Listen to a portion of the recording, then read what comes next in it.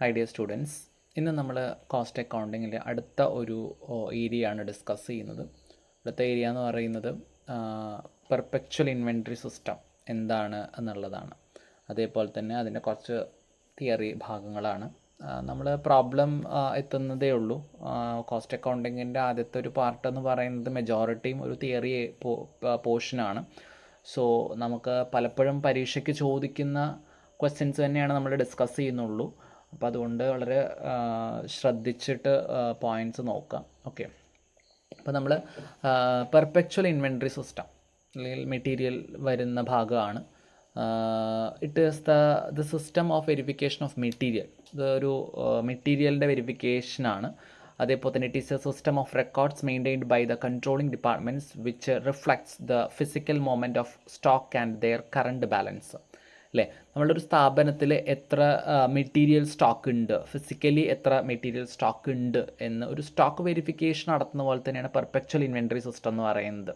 ഒരു മെറ്റീരിയലിൻ്റെ വെരിഫിക്കേഷനാണ്. എത്ര മെറ്റീരിയൽ നമുക്കുണ്ട്, എത്ര മെറ്റീരിയൽ ബാലൻസ് ഉണ്ട് എന്ന് നമുക്ക് അറിയണമെങ്കിൽ അതിന് നമ്മൾ ചെയ്യുന്ന ഒരു മെത്തേഡാണ് എന്ത്, പെർപെച്വൽ ഇൻവെൻട്രി സിസ്റ്റം എന്ന് പറയുന്നത്.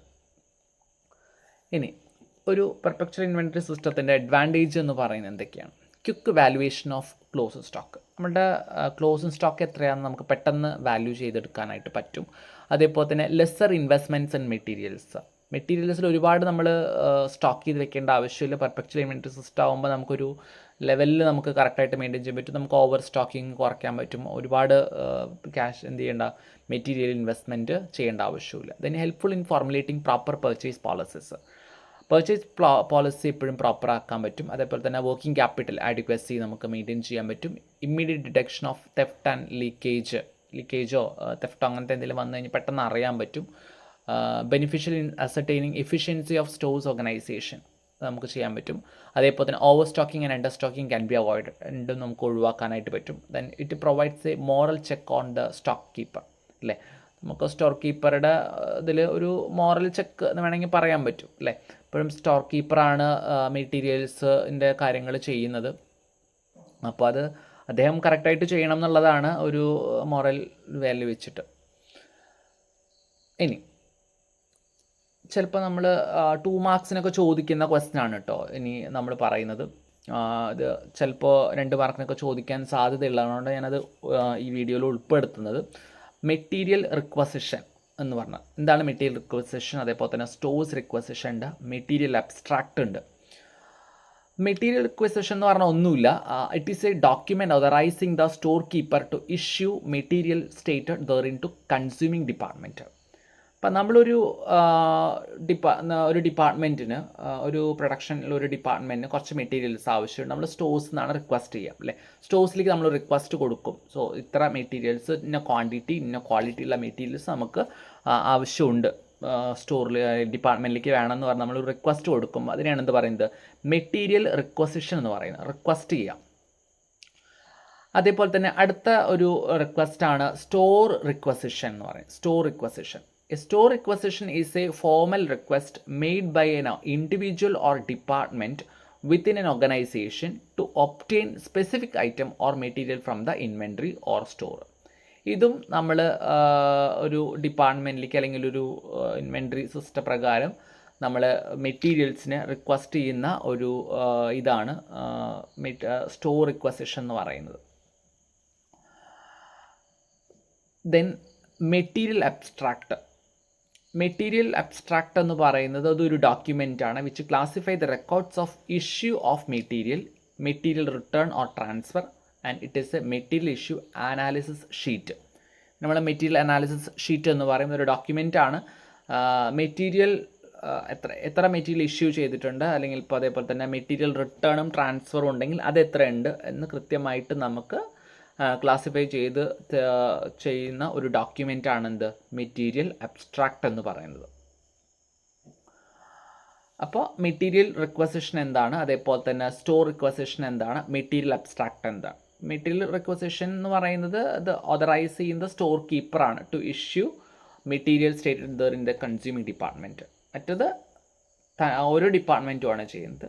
അതേപോലെ തന്നെ മെറ്റീരിയൽ അബ്സ്ട്രാക്റ്റ് എന്ന് പറയുന്നത് അത് മെറ്റീരിയലിൻ്റെ ഇത് ഇഷ്യൂ മെറ്റീരിയലും അതേപോലെ തന്നെ മെറ്റീരിയൽ റിട്ടേണും ട്രാൻസ്ഫറും ഒക്കെ ഉണ്ട്. Material return and transfer, material return എന്ന് പറഞ്ഞു കഴിഞ്ഞാൽ നമ്മളൊരു ഡിപ്പാർട്ട്മെൻറ്റ് മെറ്റീരിയൽ ഇഷ്യൂ ചെയ്ത് കഴിഞ്ഞാൽ അവരത് അവർക്ക് ആവശ്യമില്ലെങ്കിൽ അവർക്കത് പറ്റില്ല എന്നുണ്ടെങ്കിൽ അത് ചിലപ്പോൾ റിട്ടേൺ ചെയ്യും അല്ലേ, തിരിച്ചു തരും. ആ തിരിച്ചു തരുന്നതിനാണ് എന്ന് പറയുന്നത് മെറ്റീരിയൽ റിട്ടേൺ എന്ന് പറയുന്നത്.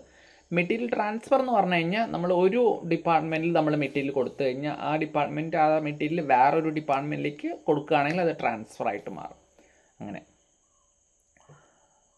Then next material inspection not.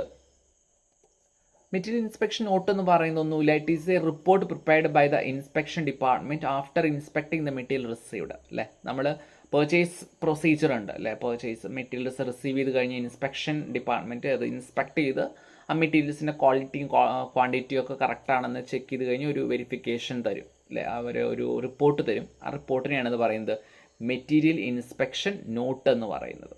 അത് ഇൻസ്പെക്ഷൻ ഡിപ്പാർട്ട്മെൻറ്റാണ് ചെയ്യുന്നത്. ഇൻസ്പെക്ഷൻ ഡിപ്പാർട്ട്മെൻറ്റ് എന്ന് പറഞ്ഞു കഴിഞ്ഞാൽ വലിയ കമ്പനികളൊക്കെ ആണെങ്കിലാണ് കേട്ടോ ഇൻസ്പെക്ഷൻ ഡിപ്പാർട്ട്മെൻറ്റ് എന്നൊക്കെ പറഞ്ഞ ഡിപ്പാർട്ട്മെൻറ്റ് ഉണ്ടാവുള്ളൂ. അല്ലെങ്കിൽ എന്താ തന്നെയാണ് സ്റ്റോറിൽ തന്നെയാണ് അത്, കമ്പനിയിൽ ആരെങ്കിലും ഒരാളായിരിക്കും, ഒരു എക്സിക്യൂട്ടീവ് ആയിരിക്കും ആ മെറ്റീരിയൽസ് ഇൻസ്പെക്ട് ചെയ്യുന്നത്. സോ അവർ ചേരുന്ന റിപ്പോർട്ടാണ് എന്ത് മെറ്റീരിയൽ ഇൻസ്പെക്ഷൻ നോട്ട് എന്ന് പറയുന്നത്. ദെൻ നെക്സ്റ്റ് പറയുന്നത് പീരിയോഡിക് സ്റ്റോക്ക് ടേക്കിംഗ് എന്നാണ്. സ്റ്റോക്ക് ടേക്കിംഗ് എന്ന് പറഞ്ഞു കഴിഞ്ഞാൽ നമുക്കറിയാം, ഇപ്പോൾ നമ്മളുടെ ഒരു ഇതിൽ മെറ്റീരിയൽസ് പർച്ചേസ് ചെയ്ത് കഴിഞ്ഞ് നമ്മൾ സ്റ്റോർ റൂമിൽ പർച്ചേസ് ചെയ്ത് കഴിഞ്ഞാൽ ആ സ്റ്റോക്കിൻ്റെ ലെവലും അതേപോലെ തന്നെ നമ്മൾ ഇഷ്യൂ ചെയ്ത് കഴിഞ്ഞാൽ സ്റ്റോക്ക് അങ്ങനെ കുറഞ്ഞുകൊണ്ടിരിക്കും അല്ലേ.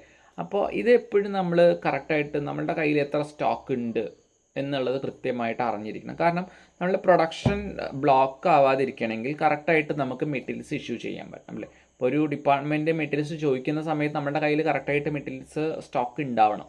അപ്പോൾ സ്റ്റോക്ക് ഔട്ട് ആവാതിരിക്കാൻ വേണ്ടി നമ്മൾ എന്ത് ചെയ്യുക, മെറ്റീരിയൽസ് പീരിയോഡിക്കായിട്ട് വേണമെങ്കിൽ എന്ത് ചെയ്യാം, നമുക്കത് സ്റ്റോക്ക് ടേക്കിംഗ് നടത്താം. It is refers to physical verification of entire stock once in a specific period of preferably annually or generally on the last day of the accounting year അല്ലേ.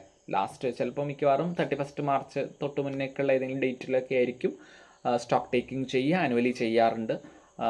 എൻറ്റയർ സ്റ്റോക്കും നമ്മൾ എന്ത് ചെയ്യണം, വെരിഫിക്കേഷൻ നടത്തണം എന്നുള്ളതാണ്. Next പറയുന്നത് periodic stock ടേക്കിങ്ങിനെ ആണെങ്കിൽ അല്ലാത്തൊരു സ്റ്റോക്ക് ടേക്കിംഗ് ആണ് കണ്ടിന്യൂസ് സ്റ്റോക്ക് ടേക്കിംഗ് എന്ന് പറയുന്നത്. അപ്പോൾ പീരിയോഡിക് എന്ന് പറഞ്ഞാൽ ഒരു പർട്ടിക്കുലർ പീരീഡിലാണ് സ്റ്റോക്ക് ടേക്കിംഗ് നടത്തുന്നത്. കണ്ടിന്യൂസ് സ്റ്റോക്ക് ടേക്കിംഗ് എന്ന് പറഞ്ഞാൽ എന്താ ചെയ്യും, കണ്ടിന്യൂസ് ആയിട്ട് റെഗുലർ ബേസിസിൽ നമ്മൾ സ്റ്റോക്ക് ടേക്കിംഗ് ചെയ്യുകയാണെങ്കിൽ അതാണ് എന്തായാലും കണ്ടിന്യൂസ് സ്റ്റോക്ക് ടേക്കിംഗ് ആയി. അപ്പോൾ കണ്ടിന്യൂസ് സ്റ്റോക്ക് ടേക്കിങ്ങിന് കുറച്ച് അഡ്വാൻറ്റേജ് ഉണ്ട്. ഇതിൻ്റെ അഡ്വാൻറ്റേജ് എന്ന് വെച്ച് കഴിഞ്ഞാൽ ഇംപ്രൂവ്ഡ് സ്റ്റോക്ക് മാനേജ്മെൻറ്റ് വളരെ ഇംപ്രൂവ്ഡ് ആയിരിക്കും. അതേപോലെ തന്നെ അൺനെസസറി വേസ്റ്റേജും ലോസും നമുക്ക് കുറയ്ക്കാനായിട്ട് പറ്റും. അതേപോലെ തന്നെ ഇംപ്രൂവ്ഡ് സ്റ്റോക്ക് മാനേജ്മെൻറ്റ്, അതേപോലെ തന്നെ റിപ്പീറ്റാണ് point, sorry, no need to shut down operations. നമുക്ക് സ്റ്റോക്ക് ഇല്ലാത്തൊരു കണ്ടീഷനിൽ പ്രൊഡക്ഷൻ നിർത്തിവെക്കേണ്ട ഒരു അവസ്ഥ ഉണ്ടാവില്ല. എപ്പോഴും കണ്ടിന്യൂസ് സ്റ്റോക്ക് ടേക്കിംഗ് ചെയ്ത് കഴിഞ്ഞാൽ കറക്റ്റായിട്ട് നമുക്ക് ബാലൻസ് അറിയാൻ പറ്റും. സോ കുറവ് വന്നു കഴിഞ്ഞാൽ പെട്ടെന്ന് തന്നെ ഇത് ചെയ്യാൻ പറ്റും, റീകൂപ്പ് ചെയ്യുക അല്ലെങ്കിൽ റീഫിൽ ചെയ്യാനായിട്ട് പറ്റും എന്നുള്ളത്. അതേപോലെ തന്നെ eliminate delay in production or delivery അല്ലേ.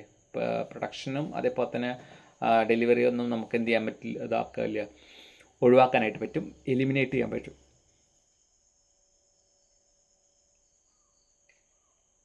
അപ്പോൾ നമ്മൾ ഇന്നത്തെ നോക്കിയ കാര്യങ്ങൾ എന്തൊക്കെയാണ്, ഒന്ന് പെർപെച്വൽ ഇൻവെൻറ്ററി സിസ്റ്റം എന്താണെന്ന് നോക്കി, അതേപോലെ തന്നെ അതിൻ്റെ അഡ്വാൻറ്റേജ് എന്തൊക്കെയാണ് നോക്കി, material requisition, store requisition, material abstract, material inspection note എന്താണ്, പീരിയോഡിക് സ്റ്റോക്ക് ടേക്കിംഗ് എന്താണ്, അതേപോലെ തന്നെ കണ്ടിന്യൂസ് സ്റ്റോക്ക് ടേക്കിംഗ് എന്താണ്, അതിൻ്റെ അഡ്വാൻറ്റേജ്. ഇത്രയും കാര്യങ്ങൾ നമ്മൾ ഇന്ന് ഡിസ്കസ് ചെയ്ത് മനസ്സിലായിട്ടുണ്ടാവും എന്ന് വിചാരിക്കുന്നു. Thank you.